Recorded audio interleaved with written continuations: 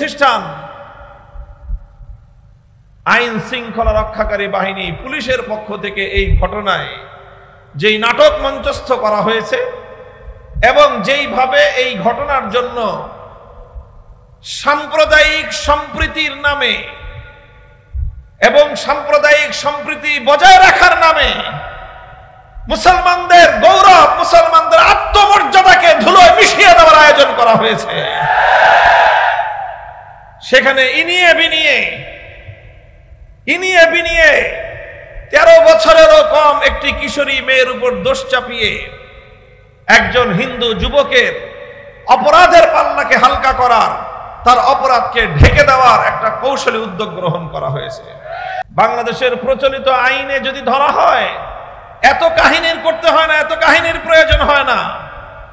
এখানে নানাভাবে অপরাধকে ঢেকে দেওয়ার, আড়াল করার আইন শৃঙ্খলা রক্ষাকারী বাহিনীর পক্ষ থেকে নানা ধরনের কৌশল গ্রহণ করা হয়েছে, যাতে অপরাধের যেই প্রমাণ, সেই প্রমাণকে যেন মুছে ফেলা যায়। আজকে আমরা বাংলাদেশে যেই পরিস্থিতিতে আমরা উপনীত আমাদের জাতীয় জীবনে, একটা তো আছেই যে এই মুহূর্তে আমরা বাংলাদেশ তার ইতিহাসের অন্যতম গুরুত্বপূর্ণ একটা টার্নিং পয়েন্টে আমরা উপনীত।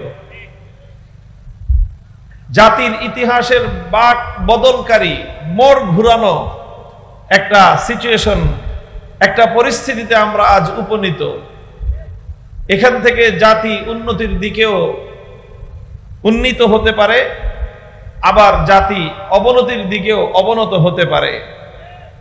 তো আমাদের এই উভয় সম্ভাবনার মধ্য থেকে জাতিকে যদি আমরা উন্নতির দিকে উন্নত করতে চাই, উন্নতির দিকে যদি আমরা ধাবিত করতে চাই, তাহলে আমরা যারা আল্লাহ রাসূল সাল্লাল্লাহু আলাইহি ওয়াসাল্লামের আদর্শের অনুসারী বলে নিজেদের পরিচয় দেই, আমাদের সবচেয়ে বড় দায়িত্ব হলো আজকের এই প্রেক্ষিতে সিরাতুন নবীর আদর্শকে সমাজে বাস্তবায়ন করার জন্য সম্মিলিত উদ্যোগ গ্রহণ করা। এটা জাতীয় জীবনে যেমন প্রয়োজন, অতি সম্প্রতি কয়েকদিন ধরে একটা বিষয় গোটা বাংলাদেশকে, বাংলাদেশের প্রতিটি বিবেকবান মানুষকে, প্রতিটি ইমানদার মানুষের বিবেককে নাড়িয়ে দিয়েছে, আমাদেরকে স্তম্ভিত করে দিয়েছে, গোটা মুমিন সম্প্রদায়কে আতঙ্কগ্রস্ত করে দিয়েছে। আপনারা ইতিমধ্যে লক্ষ্য করেছেন যে এক ভয়াবহ ষড়যন্ত্র উম্মার বিরুদ্ধে, বিশেষ করে বাংলাদেশের মুসলিম জাতিসত্তার বিরুদ্ধে এক গভীর চক্রান্ত শুধু পরিচালিত নয়, বরং ভয়াবহ আকারে বিস্তার লাভ করেছে। ঘটনা এর আগে ঘটেছে উত্তরবঙ্গে, বগুড়ার কোন এলাকায় একজন মুসলিম তরুণী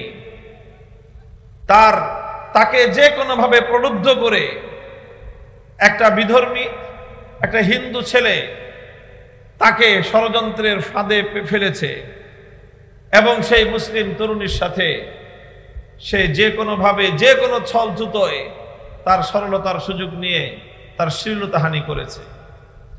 সেই ঘটনা রেশ কাটতে না কাটতে এরপরে এই গত সপ্তাহে বাংলাদেশ নাড়িয়ে দেওয়ার মতো ঘটনা, 13 বছরের একটি মুসলিম তরুণী, মুসলিম কিশোরী, মাদ্রাসা শিক্ষার্থী, মাত্র যার বয়স সর্বোচ্চ 13 বছর হতে পারে। যারা পর্যালোচক তারা তো বলতেছেন এই মেয়েটার বয়স আরো কম হবে।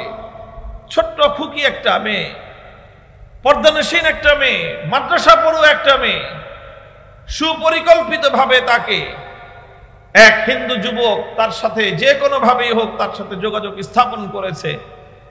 এরপরে তার সঙ্গে সম্মিলিত হয়ে আরো কয়েকজন চক্র মিলে তাকে যে কোনোভাবে তাদের বশীভূত করে অপহরণ করা হয়েছে।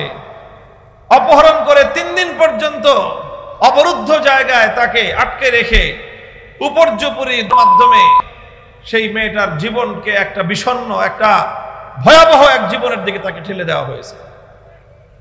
একটার পর একটা ঘটনা ঘটছে।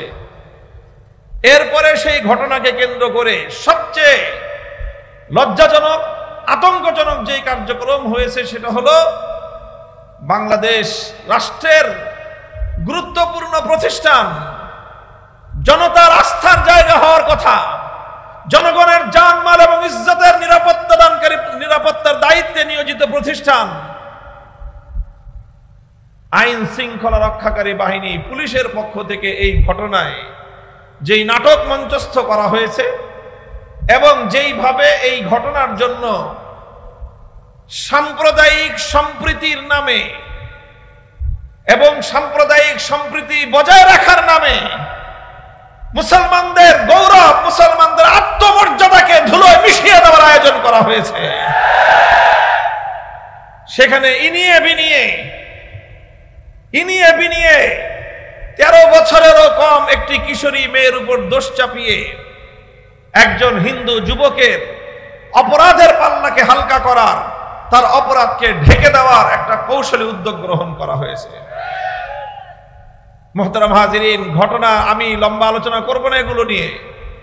শুধু এই ঘটনার ব্যাপারে আমি যতটুকু পর্যবেক্ষণ করেছি, যথেষ্ট পর্যালোচনা আমি ব্যক্তিগতভাবে করেছি।